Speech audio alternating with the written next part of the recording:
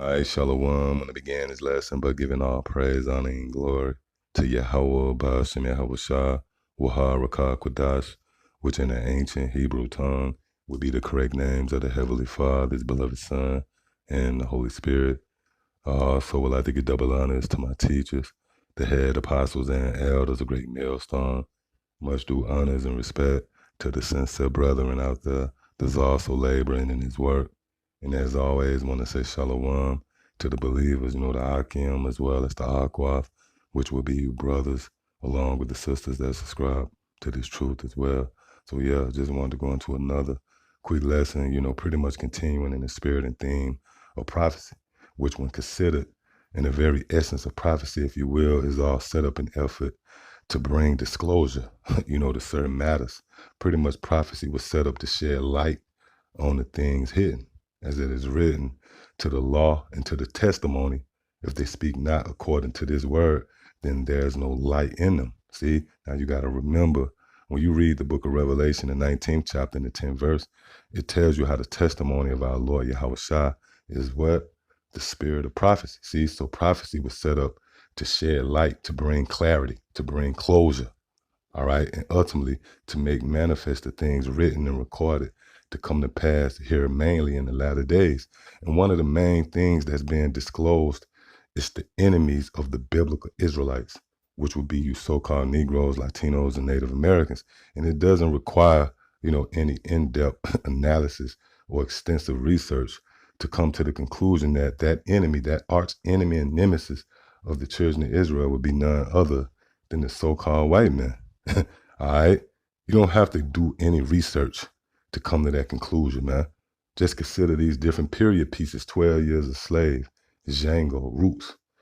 Well, it's well documented that this man has a perpetual hatred for you, man. And that hatred is being played out by way of oppression. See that?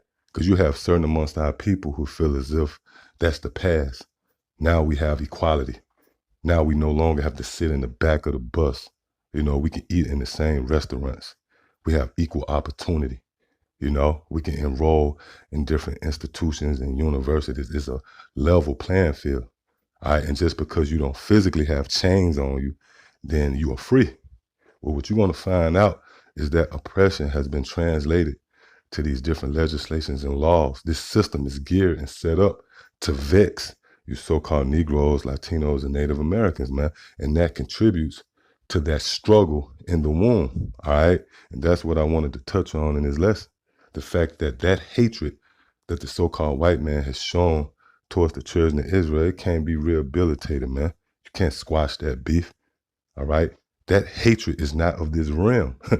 That's a spiritual hatred, all right, which goes back to the struggle in the womb. Now, when you read right here in the book of Genesis, the 25th chapter, in the 22nd verse, it says, and the children struggled together within her, and those children would be Jacob and Esau, all right, Jacob being the forefather of the so-called Negroes, Latinos, and Native Americans, the children of Israel, versus Esau being the progenitor of the so-called white man.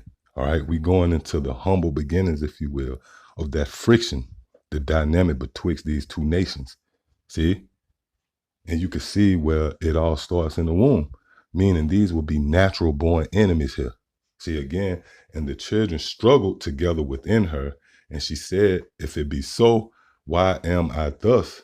And she went to inquire of the Lord. Now, to get a better understanding on this struggle, between these two children in the womb, let's click on this word struggle right here.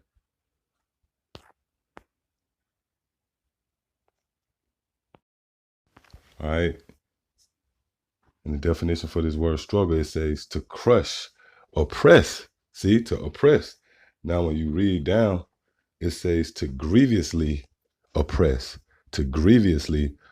which one can easily point to the history. All right, when we was brought over here as cargo, we was beaten, we was whipped. Our women was raped and ravished. Our children was fed to alligators, which that's well documented in history, man. You was lynched, all right?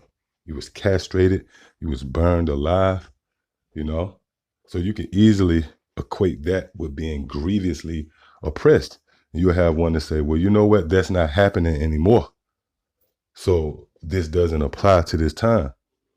But upon further review, that grievously oppressed translates to now in the form of this man's legislations and laws, which is geared towards vexing, the children of Israel, keeping our people in further derision.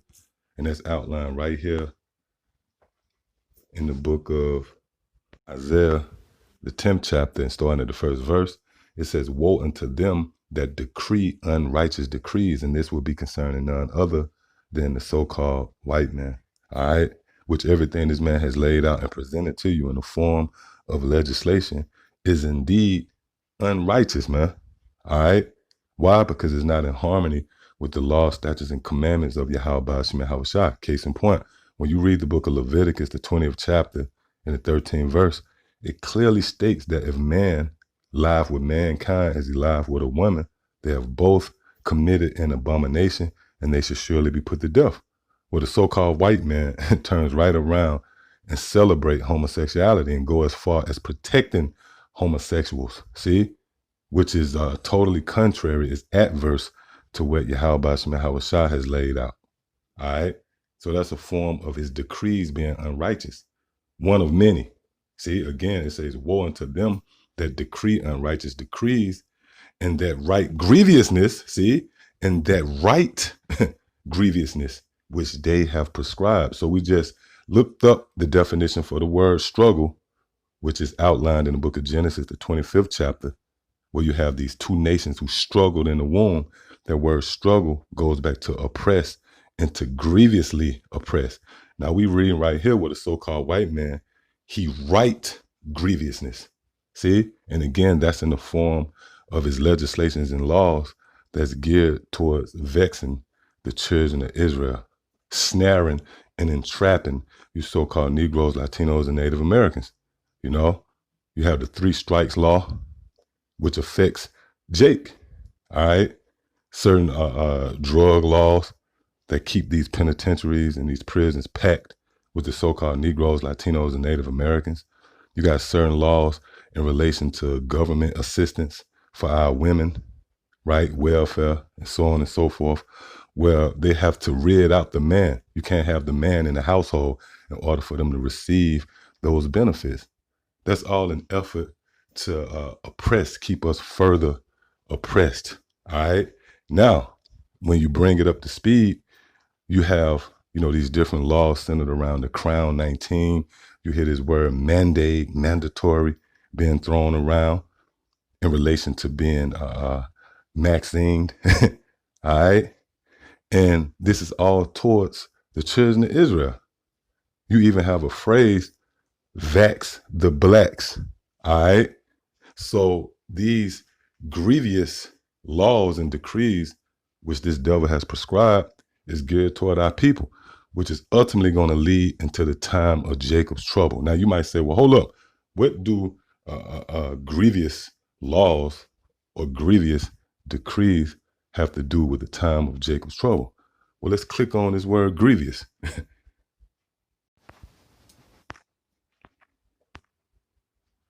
Yeah, and the Hebrew word here would be amal, right? It says toil, trouble. See, trouble, labor, trouble. See, trouble. So when the scriptures say this man write grievous laws, all right, this man have prescribed grievousness, which again goes back to the word struggle, to oppress and to grievously oppress. Well, it all translates to trouble. So everything you see, the swarming activity, these different laws being signed to pass in these different cities, these different districts, concerning this whole Crown 19, well, that's going to be the bridge to the time of Jacob's trouble, which you have a lot of different Israelite groups out there who attempt, which is a feeble attempt, by the way, to refute the idea of Jacob's trouble. They can't see past the luxuries that comes with America. All right. But we have been given ourselves, the Lord have given us the ability to foresee, to anticipate that impending danger that's on the horizon. which is going to come in the form of Jacob's trouble. And again, the bridge to that trouble is going to be in the form of these different laws and legislations, these grievous laws which the so-called white man has prescribed, which again, that word grievous goes into trouble. See that? You see where it all come together? It says trouble, trouble, mischief. See? Mischief is all fueled by the mischievous devil, the so-called white man, which we know that is all an effort to somehow gain, momentum in relation to the birthright. This man is scratching and clawing tooth and nail to retain his rulership. And he understands that the so-called Negroes, Latinos, and Native Americans, the biblical Israelites, stand in the way of him crowning his achievement, his achieving a goal, all right, which is in the form of his New World Order, a success. See? So the only way he's going to rationalize things out is just to get rid of us all together. And he's setting the stage with this whole phantom, plague, which he's looking to bring forth, the Maxine, all right, as the alternative, right? But it's all conceived by mischief. This man is pitching this idea that he have the best interest of the so-called Negro, Latino, and Native American in his sights. He want to have you Maxine because he cares so much about you. When in reality, this man is looking to overthrow you. Matter of fact, let's go there before we go back to the book of Isaiah, the 10th chapter. This is the book of Psalms, the 28th chapter. In the 3rd verse, it says, draw me not away with the wicked. And again, the wicked would be none other than the so-called white man. And that's outlined in the book of Malachi, the 1st chapter, all right? Draw me not away with the wicked and with the workers of iniquity, which speak peace to their neighbors. See, they speak peace unto you. They have you think that it's in their best interest to see the so-called Negro, Latino, and Native American vaccinated. See, which speak peace to their neighbors, but mischief, see, but mischief is in their hearts. And that word mischief is also in association, should I say, with the word grievous. See that? So when you go back here again to the book of Isaiah, the 10th chapter, and again, starting at the 1st verse, it says, woe unto them that decree unrighteous decrees, and that right grievousness, see, and that right grievousness, which we just looked up that word grievousness, the Hebrew word there is amal, and the words that would be mischief and trouble. See? So the time of Jacob's trouble is going to be by way of these grievous, decrees which this man has prescribed. See that? Woe unto them that decree unrighteous decrees and that right grievousness which they have prescribed. See? So when you go back to the humble beginnings, if you will, Genesis, the 25th chapter, that struggle in the womb, all right? That word struggle goes into oppress or to grievously oppress. So that oppression is not done away with just because you don't physically have chains on, man. You're not physically being hunted down and hung and castrated, all right, and burned. No, it only translates into these legislations and laws which the so-called white man has laid out in effort to wage war against the children of Israel. That's that struggle being continued. See, woe unto them that decree unrighteous decrees and that right grievousness, all right, or trouble, which they have prescribed. See, verse 2, to turn aside the needy from judgment. Who is the needy? The children of Israel. See, to turn aside the needy from judgment and to take away the right, from the poor of my people, that widows might be their prey. See, that widows might be their prey. So the hunt is on, man. All right. This man has waged war on you in the form of these legislations, man. See? To turn aside the needy from judgment and to take away the right from the poor of my people, that widows might be their prey, see? And that they may rob the fatherless. See that? So the war is on. Okay? Again, our people, they have been lured to sleep. They believe just because the so-called white man isn't, outright coming after them, you go into a certain time period here in American history, you'll be drugged out into the center of the town square and they'll publicly hang you, all right? Or you was being whipped, or you had to physically labor. You was forced to labor for little nothing. All right, submitting slavery. Well, guess what? Just because that's not physically on display, you know, in the colorful illustration that has been presented to you, you know, you watch certain movies, or you might, you know, do some research, take a glimpse into history. Well, guess what? The bridge to that trouble, you know, returning in the form of Jacob's trouble is by way of these grievous laws, these grievous decrees, these unrighteous decrees, these laws, these draconian laws, which is going to be made mandate, man. And again, it's all geared towards who? You so-called Negroes, Latinos, and Native Americans. And that's the so-called white man in that spirit of hatred that's been lying dormant in him, once more being roused up. And guess who's instigating it, man? It would be none other than who? Yahweh Shem Yahushua. Matter of fact, let's go there. And this is the book of Psalms, the 17th chapter, and it started at the 8th verse. It says, keep me as the apple of thy eye. Hide me under the shadow of thy wings from the wicked. See, from the wicked, which is the so-called white man, from the wicked that oppress me. See, that oppress me. And again, we read in the book of Genesis, the 25th chapter and the 22nd verse, which will be considered the humble beginnings, if you will, all right, in relation to this friction between Jacob and Esau. Well, when you go into that word struggle, you know, as the children struggle in the womb, that word struggle translates to oppress, all right, and to grievously oppress. See that?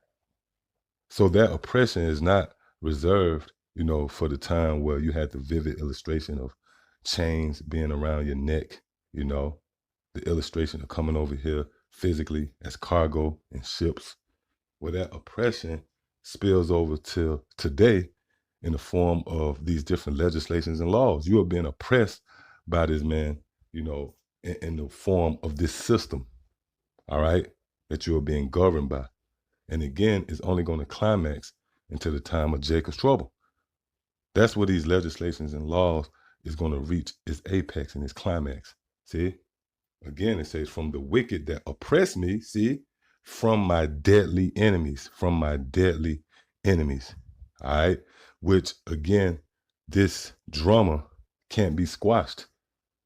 We're dealing with natural born enemies here. See? From the wicked that oppress me, from my deadly enemies who compass me about. They are enclosed in their own fat.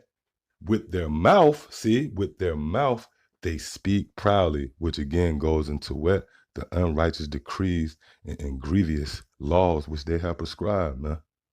See that? Verse 11, they have now compassed us in our steps.